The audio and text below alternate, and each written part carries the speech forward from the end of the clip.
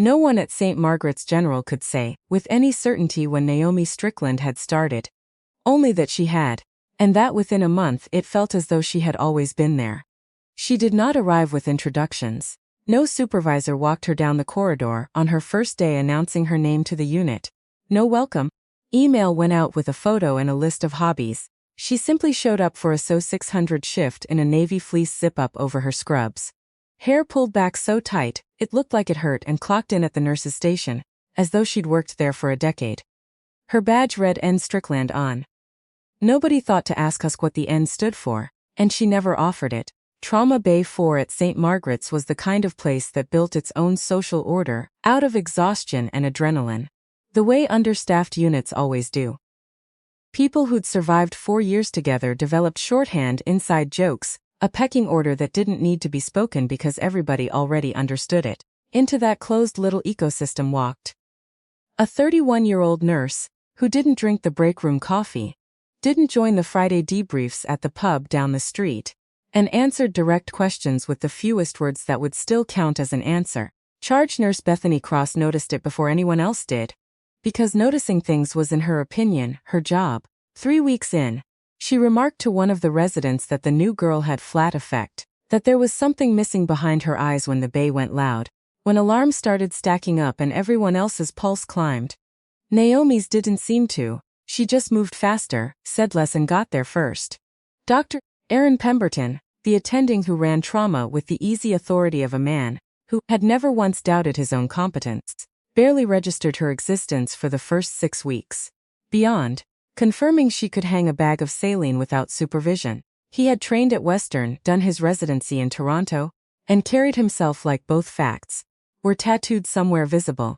When Naomi placed an arterial line on a crashing GI bleed patient in under 90 seconds, clean on the first try, he glanced at it, grunted something about beginner's luck, and moved down the bay without breaking stride. He did not ask where she'd trained. If he had, the answer wouldn't have been in any system he could search. She let it go. She let everything go. It wasn't that she didn't notice the comments, the eye rolls, when she got assigned to restock supply carts. Instead of running, The way Bethany would explain basic protocol to her, in the over-enunciated voice people use on children and the hard of hearing, she noticed all of it, filed it somewhere, and kept working. Because the work was the only part of any of this that had ever made sense to her. Her locker, if anyone had bothered to look inside it, would have told them more than 6 weeks of gossip ever could. No photos taped to the door, no travel magnets, no novelty mug waiting for a coffee break that never came. Just a spare set of navy scrubs folded into a perfect square, a trauma triage card gone soft and gray at the corners from handling, and a small brass coin tucked into the change pocket of her jacket. Nobody asked about the coin. Nobody looked long enough at Naomi Strickland to wonder why a hospital nurse would carry something with a maple leaf stamped on one side and a set of jump wings on the other. The shift that changed things started like any other, which is how these things always start. A 7-year-old came through triage after a backyard trampoline accident. Conscious, talking vitals that looked fine on the monitor right up until they weren't. Naomi was the one stalking the crash. Cart 2 bays down, when the boy's oxygen saturation began sliding. Slow at first, the kind of slide that's easy to miss if you're reading a chart instead of watching the patient. She wasn't reading a chart. She was watching the patient. The way she watched every patient in every bay, whether or not he was assigned to her. By the time the monitor's alarm caught up to what she'd already seen, she was at the bedside. She had the boy's airway repositioned before the resident on duty had finished asking what was wrong, had identified the subtle tracheal shift that the ER's 2 senior nurses, both of whom had been doing this since before Naomi finished nursing school, had missed entirely. Attention, pneumothorax building quietly, while everyone watched the wrong numbers. 90 more seconds and it would have been a code. Instead it was a needle decompression, clean and fast, and a small boy breathing easier while his mother sobbed with relief in the hallway.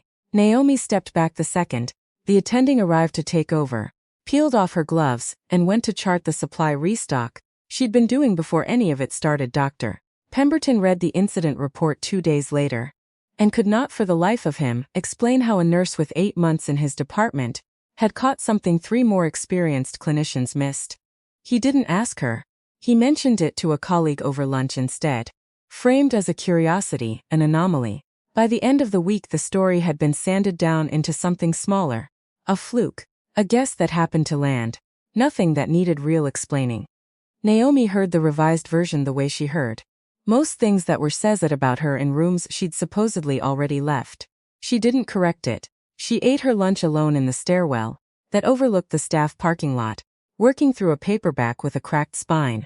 And across the cafeteria, Bethany and two of the junior nurses laughed at something that made them all glance toward the door. Naomi didn't look up. She turned a page. That night, 4 provinces away, a secure line rang inside a building in Ottawa that didn't appear on any public directory. The call lasted just under 5 minutes. The voice on the other end used a designation, not a name, and asked whether she was current and available. Naomi confirmed both in the same flat, unhurried tone. She used to read back vitals. She didn't ask for details. She never did. Whatever came through that line came with its own context attached, and her only job was to be ready when it landed. She always was. The helicopter arrived on a Thursday morning, low over the city, and louder than anything that flight path was supposed to carry. The kind of approach that made every window in the East Corridor rattle in its frame before anyone had even looked outside. Someone near radiology said the word military, like it was a question, and within 10 seconds half the floor had drifted toward the glass. It wasn't a civilian medevac. The markings weren't anything St. Margaret's had a protocol sheet for. The bird banked hard onto the helipad, rotors still turning, and the side door slid open before the wheels had fully settled. 2 figures came out first in full tactical kit, moving a gurney at a dead run. 3 more forming a loose perimeter behind them, with a posture that made hospital security take one look and decide not to intervene. Naomi was already in the corridor before the page went out. Nobody had called her specifically. She had simply heard the rotor wash change pitch as it descended. Recognized something in the cadence of it that the rest of the staff couldn't have named, and started walking before her brain had finished deciding to. She met at the gurney at the bay doors, the lead operator, a man with the build and the stillness of someone who had spent years being load-bearing for other people's survival. Stopped mid-stride when he saw her, just for a half second, just long enough for something to pass across his face. That wasn't quite relief and wasn't quite surprise. It looked more than anything like recognition. Strickland. Not a greeting. A confirmation that the right person had shown up. "What's the mechanism?" she said, already moving alongside the gurney. Scanning the dressings. The 2 lines running into him. The monitor leads taped on with the kind of speed that only comes from doing it somewhere far worse than a hospital corridor. What they had was a joint task force operator, the team's own combat medic. The man who normally kept everyone else alive in the field, now on the wrong end of a training exercise that had gone sideways with live consequences. Shrapnel, a compromised abdomen, blood pressure heading the wrong direction. Despite everything his own teammates had managed to do for him, in a context that offered none of the tools a hospital does. 40 minutes of flight time and a single decision made somewhere above both their pay grades. Bring him here. Ask for her by name. Dr. Pemberton arrived at the end of the corridor at a near jog, summoned by the noise, already speaking before he'd covered half the distance. Already assuming command of an emergency in his own department, the way he assumed command of every emergency in his department. He made it 3 steps past the doorway before the lead operator. Without turning his head, without raising his voice above a level that somehow still carried, said, "Doctor, you'll want to stand down. We requested a specific provider." Pemberton stopped like he'd hit a wall. He looked at Naomi, gloved now, already calling out positioning to the trauma bay team, in a voice none of them had heard from her before. Low and absolutely certain, the voice of someone who had spent a long time being the last competent person, standing between a patient and the worst outcome. She wasn't louder here. She wasn't a different person exactly. She was simply finally allowed to be all of herself in a room that had spent 6 weeks deciding she didn't have much to offer it. The surgery ran just over 3 hours. Naomi directed, assisted, and on 2 separate occasions made calls that left the operating surgeon quietly rattled by how fast and how correctly she'd read a deteriorating field that hadn't yet shown up clearly on any monitor. When it was finally over, when the operator was stable and the team waiting outside finally let their shoulders drop, the team lead found Naomi at the scrub sink. He thanked her. She gave him one short nod. The kind that closes a conversation rather than opening one. He started to say something else. Something about the old unit. About people who still asked after her. And she cut him off gently before he could finish. "I'm just the quiet one on Trauma 4. She said, and something in her face came close to a smile without quite committing to it. Down the hall, Bethany Cross stood very still holding a chart. She hadn't read a word of in 10 minutes. Watching Naomi walk back toward the nurse's station.